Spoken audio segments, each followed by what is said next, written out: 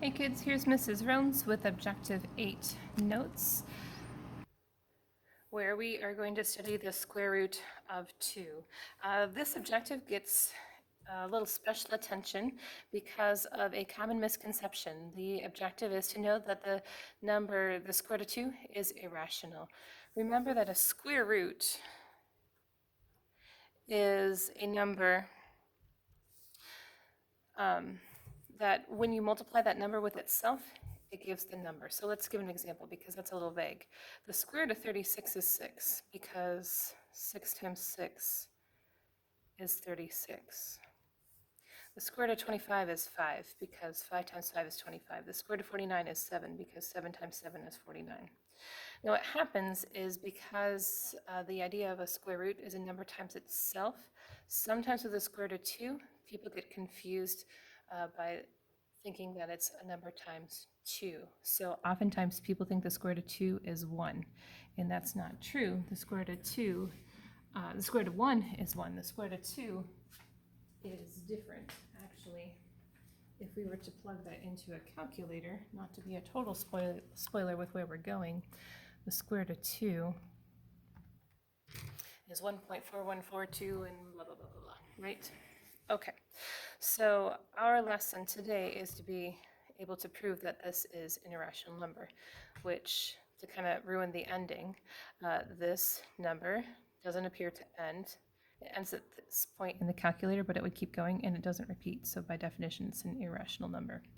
And so we're going to go through this and prove ourselves. Let's fill in a couple notes here. So all of these numbers, 36, 25, 49, these are called perfect squares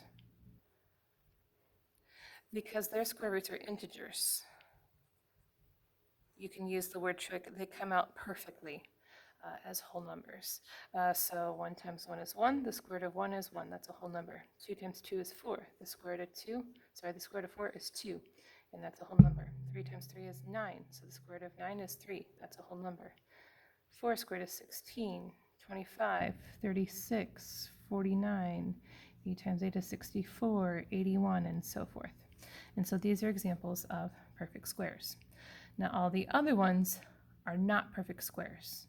So unlike these where their solutions are rational numbers, all the ones that aren't listed here, their square roots are going to be long decimals that never end, never repeat, and are irrational.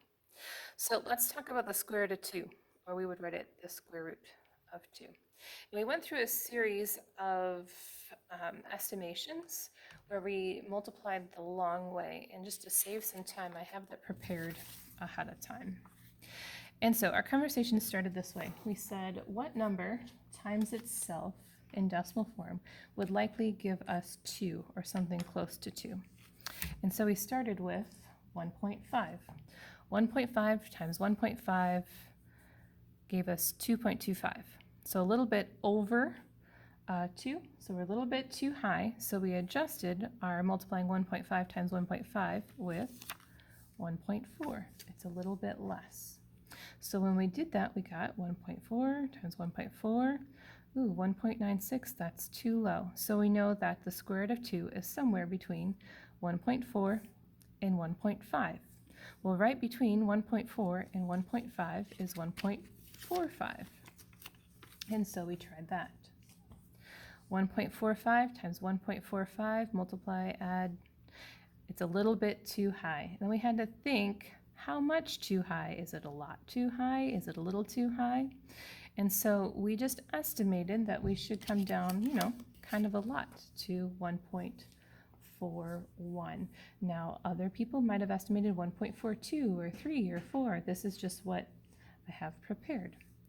So when I multiply 1.4 with 1.41 times 1.41, I got a number that's a little bit too low, but really close to 2. So we thought, well, let's edge that up a little bit. And as you can see, this process is going on and on and on. 1.42 times 1.42 is too high.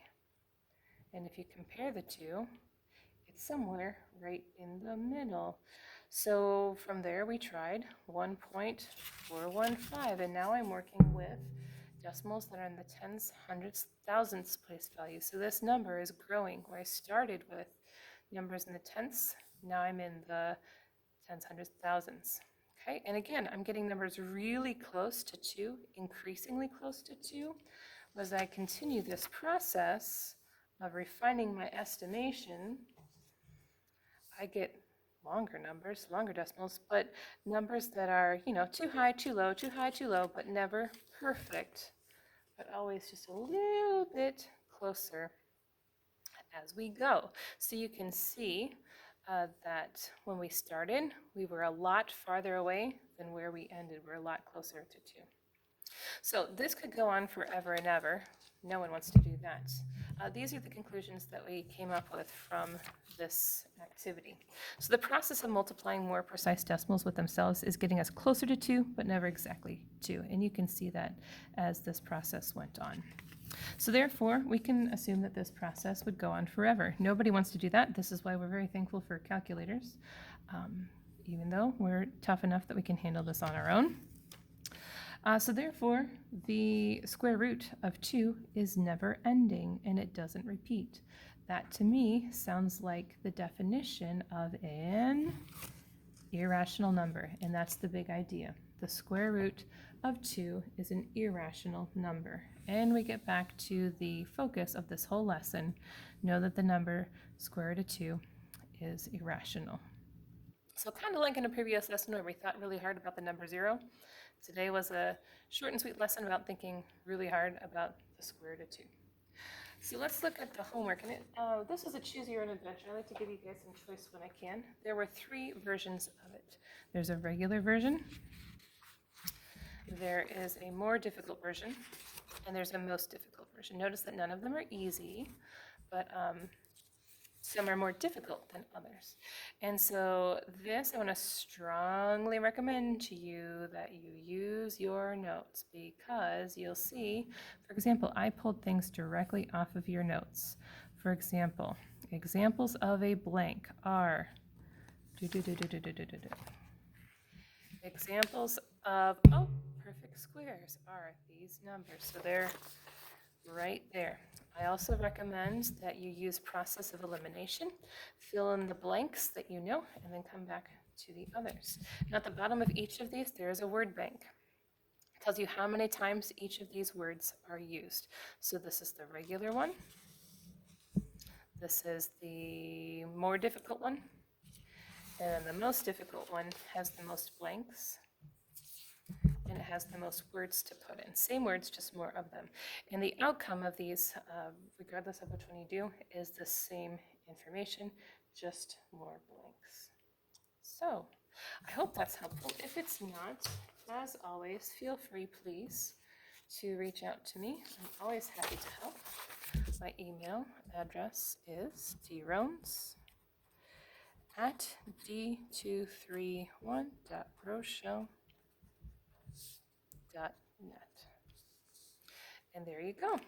Thanks very much, guys, and have a great day, and come find me if you need it. Thanks. Bye.